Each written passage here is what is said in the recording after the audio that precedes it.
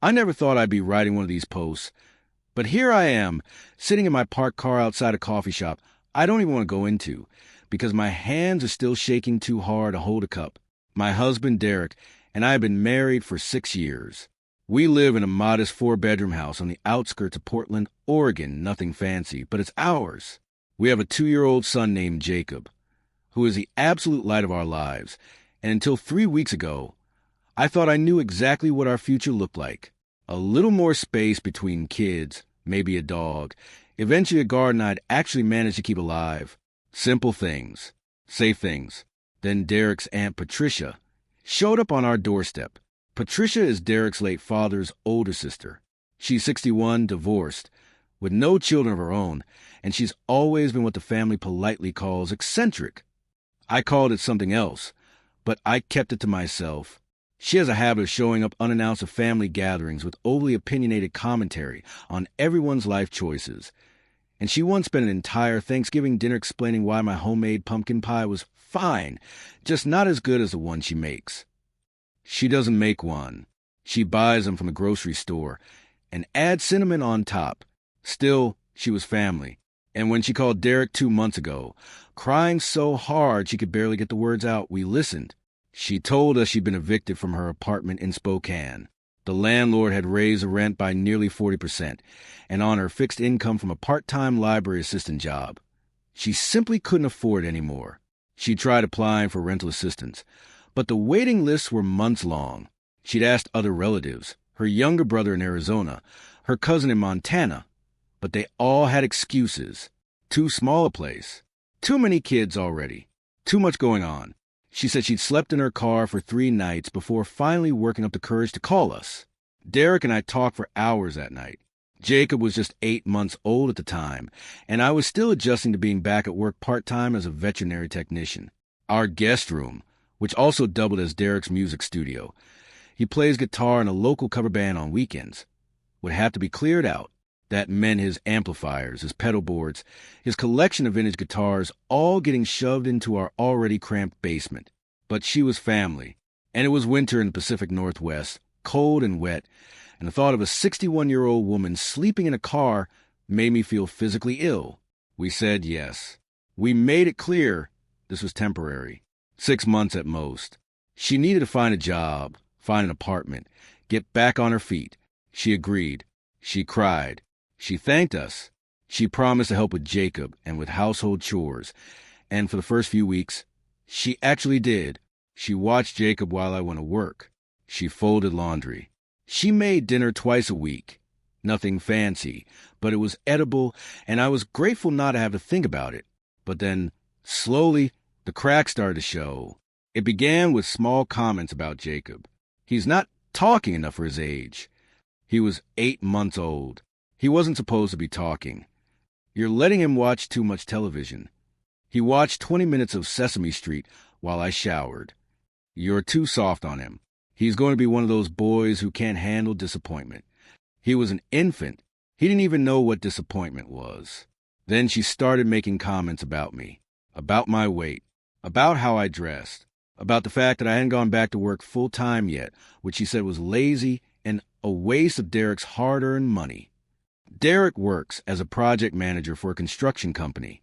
We are comfortable, not rich. My part-time income covers Jacob's daycare and our grocery bill. It's not nothing. But Patricia seemed to think I should be home more and working more, which is mathematically impossible. But she's never been good with numbers. Derek tried to talk to her. He sat her down one evening after Jacob had gone to sleep and explained, gently, that the comments needed to stop, that I was doing my best, that we appreciated her help. But she was a guest in our home, not the parent. Patricia nodded along, apologized in a flat, unconvincing voice, and then went right back to it the next morning. I was exhausted. I was still breastfeeding Jacob, still waking up twice a night, still trying to keep my head above water at work. I didn't have the energy to fight her, so I let it slide. I told myself it was temporary, that she'd find a job soon and leave, and we could go back to our normal, quiet, boring life. That was my first mistake. 3 weeks ago, I went in for my annual physical. My doctor asked about birth control, and I told her I'd been using the pill since Jacob was born. It had worked fine for me before pregnancy, and I wasn't ready for another baby. Derek and I had agreed on that. We wanted at least a 3-year gap. We wanted Jacob to be out of diapers. We wanted to be able to afford a second child without panicking every time we looked at our bank account. My doctor wrote me a new prescription, and I picked it up from the pharmacy the next day. I kept the pills in the medicine cabinet in our master bathroom. I took one every morning with my coffee. Same time, every day. I was religious about it. Then, about 2 weeks ago, I started feeling strange. Nauseous in the mornings, which I chalked up to stress. My breasts were sore, which I blamed on hormonal fluctuations. I was tired all the time, but I had an 8-month-old. Tired was my baseline. It wasn't until I was standing in the grocery store, staring at a box of saltine crackers like they held the secrets to the universe, that the thought crept into my mind. What if I'm pregnant? I told myself I was being paranoid. I told myself there was no way. I'd been careful. I'd been consistent. But the thought wouldn't go away. So I bought a test. I took in the bathroom at work, because I couldn't wait until I got home. 2 pink lines. I sat on the toilet lid for 15 minutes, staring at that test, trying to make the numbers add up. I had not missed a single pill. Not one. There was no reason for this to have happened. No logical explanation. Unless I drove home in a fog. Derek was still at work. Patricia was in the living room with Jacob, who was happily banging a wooden spoon against a plastic bowl. She looked up when I walked in, and I must have looked as pale as I felt, because her eyes narrowed. "What's wrong with you?" she asked. I didn't answer. I walked past her, went upstairs, and pulled my pill pack out of the medicine cabinet. I held it up to the light. The pills looked normal. They looked exactly like they always had. But something felt wrong. I couldn't explain it. I just had this deep, sick feeling in my stomach. I went back downstairs. Patricia was watching me with an expression I couldn't quite read. Curious, maybe, or amused. "Patricia," I said, my voice steadied and I felt, "have you been in my bathroom?" She blinked. "I cleaned the bathroom. You asked me to help with housework. Have you touched my pills?" A pause. Just a fraction of a second too long. "Why would I touch your pills?" "I don't know. That's why I'm asking." She shrugged. I dusted the counter. I wiped down the mirror. "I don't go through your things." I wanted to believe her. I really did. But something in her voice, something in the way she wouldn't quite meet my eyes, made my skin crawl. I didn't confront her further. Instead, I called Derek and told him I needed him to come home. He could hear my voice that something was wrong, and he left work early. When he got there, I handed him the pregnancy test without a word. He stared at it, then at me, then back at the test. "How?" he asked. "I don't know." "You've been taking your pills?" "Every single day." He ran a hand through his hair. Okay, let's think. Could the pharmacy have made a mistake? Could it be a false positive? It's not a false positive. I feel pregnant. I felt the same way with Jacob. He sat down on the edge of the bed. "We need to talk to my aunt. I already asked her if she touched my pills. She said no. Then we need to ask her again." We went downstairs together. Patricia was in the kitchen, loading the dishwasher. She looked up when we walked in, and her face went through a quick, almost imperceptible shift, surprise, then something else. Something that looked almost like satisfaction. "Patricia," Derek said, "did you tamper with my wife's birth control?" She set down a plate. "That's a very serious accusation." "Answer the question. Why would I do something like that?" "I don't know. That's why I'm asking." She sighed, wiped her hands on a dish towel, and turned to face us.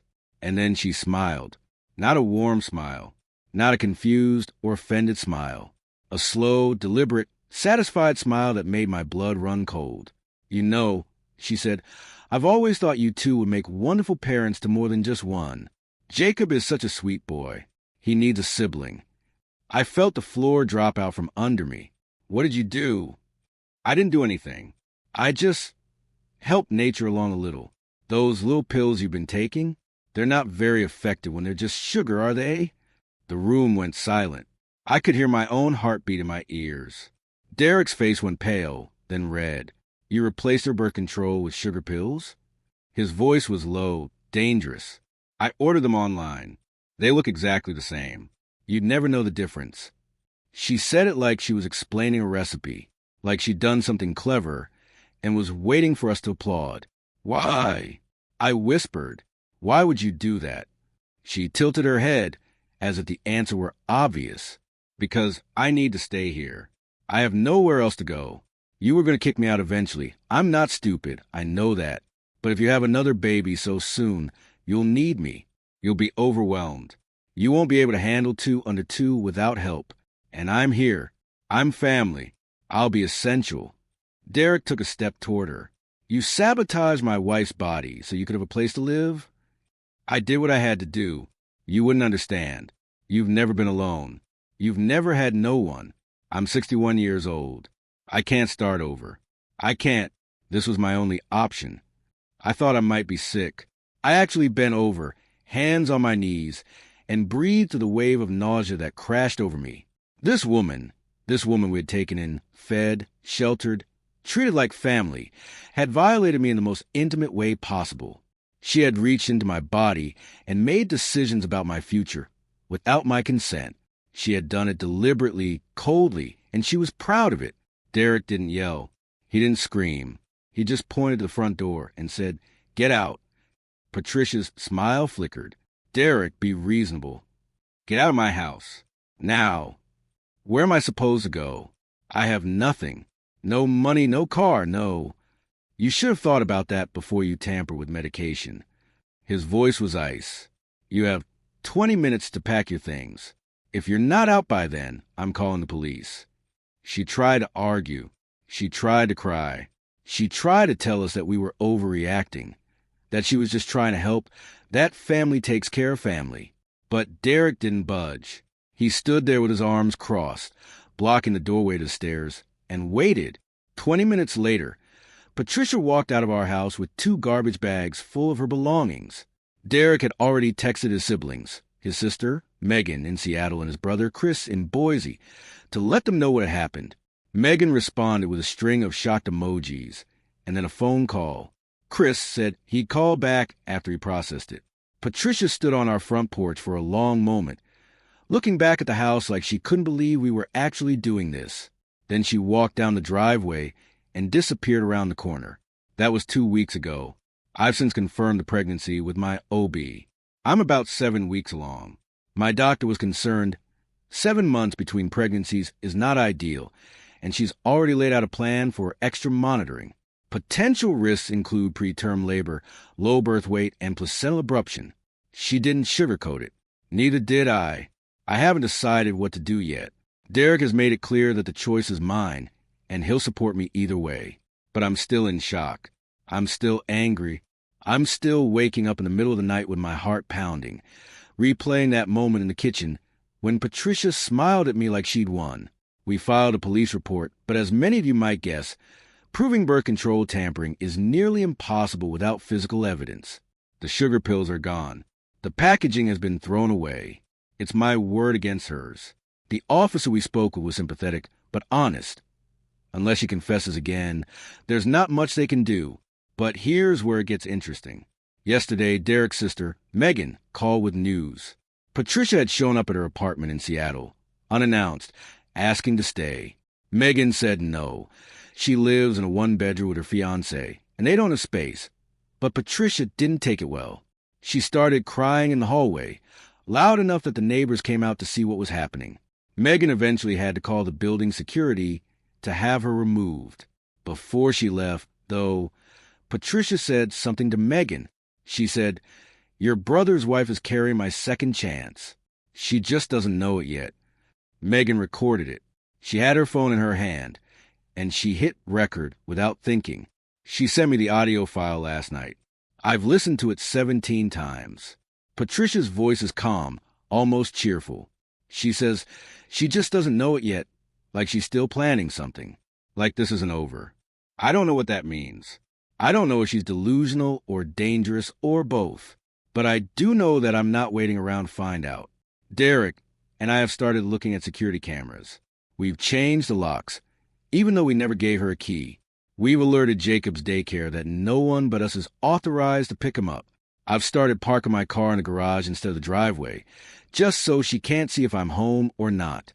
My therapist, yes, I started therapy, says I'm experiencing a classic trauma response. Hypervigilance, intrusive thoughts, difficulty sleeping. She says it's normal, given what happened, but normal doesn't make it easier. I don't know how this story ends. I don't know if I'll keep this pregnancy or not. I don't know if Patricia will try to contact us again, or she'll finally disappear. But I do know one thing. I will never, ever let that woman back into my life. Not for any reason. Not for any amount of guilt or family pressure or sob stories. She made her choice. Now I'm making mine. 2 weeks later. I'm writing this from a hotel room in Bend, Oregon.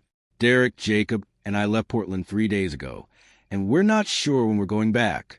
After my last update, things escalated faster than I could have imagined. Patricia didn't disappear. She didn't go quietly.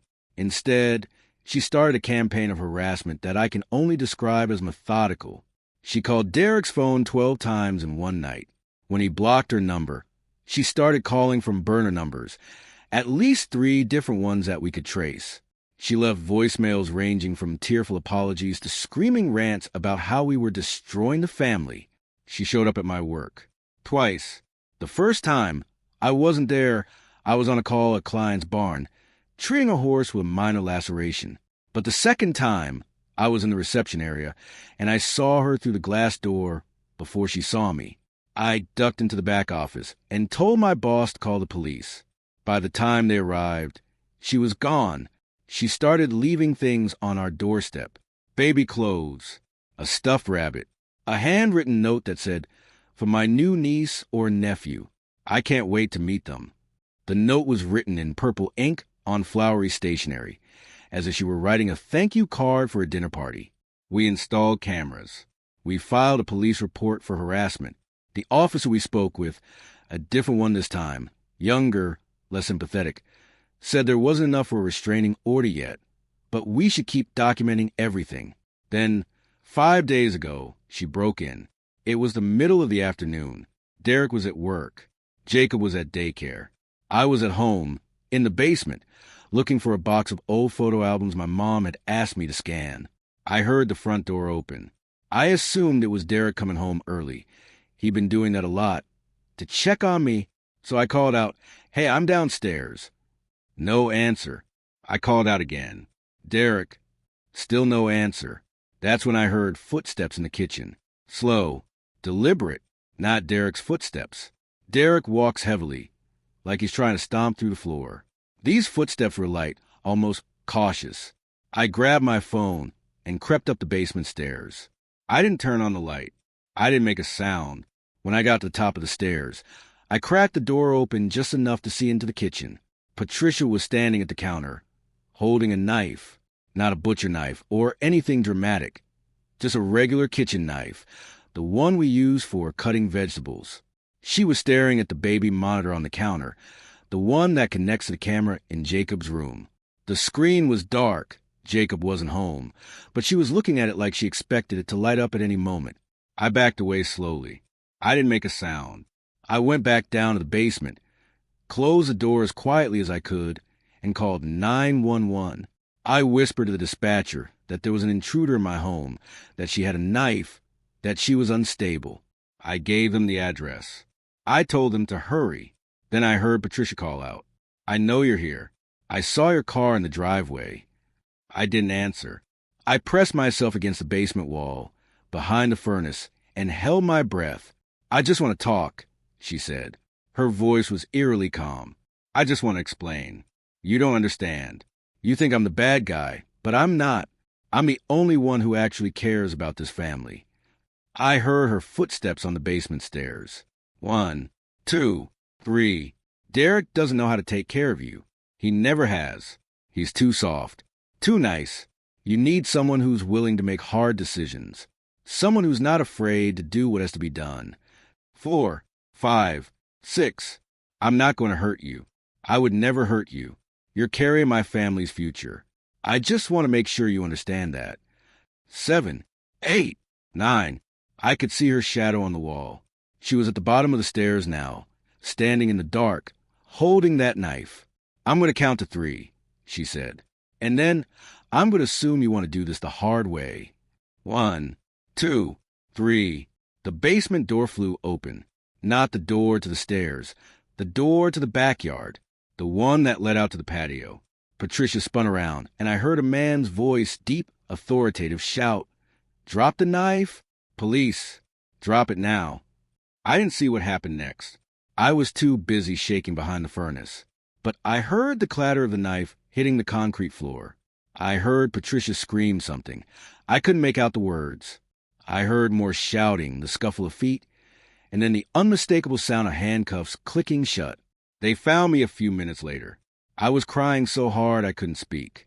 One of the officers, a woman with kind eyes and a calm voice, helped me upstairs and sat me down at the kitchen table. She asked if I was hurt. I shook my head. She asked if I want to call someone. I handed her my phone and told her to call Derek. He arrived in 12 minutes. He'd driven so fast he'd run 2 red lights. He didn't care. He held me for a long time, right there in the kitchen, while the officers finished processing the scene. Patricia was arrested, charged with breaking and entering, possession of a deadly weapon, and aggravated stalking. The knife was enough to make it felony level. She's being held without bail pending a psychological evaluation. We found out later that she'd gotten into our house by using a key she'd never returned, one we didn't even know she had. She'd made a copy months ago, when we first let her stay with us, and she kept it hidden in her coat pocket. That was 5 days ago.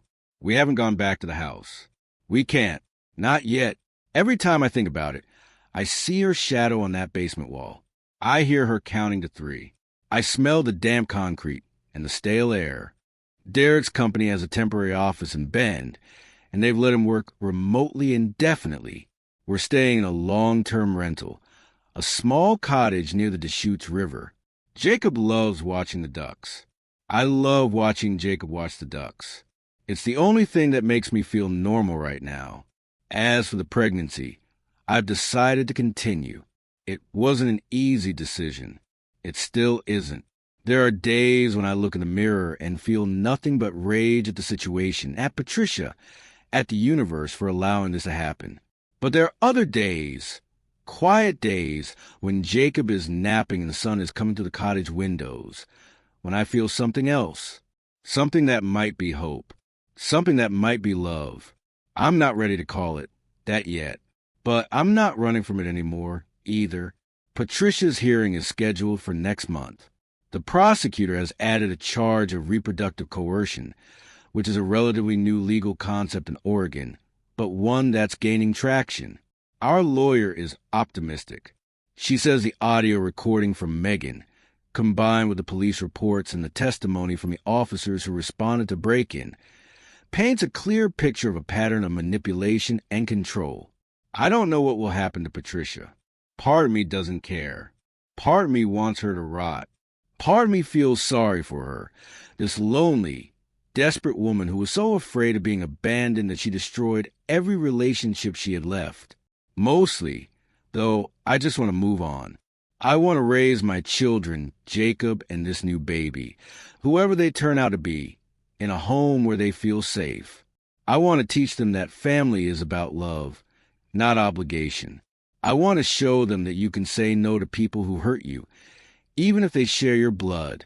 I don't know if I'll ever fully heal from what Patricia did. I don't know if I'll ever trust someone in my home the same way again. But I do know that I'm not alone. I have Derek. I have Jacob. I have a therapist who doesn't let me spiral. And I have a future that, for the first time in weeks, doesn't feel completely hopeless. The ducks are still on the river. Jacob is still clapping his hands. And I'm still here, one breath at a time, learning how to be okay.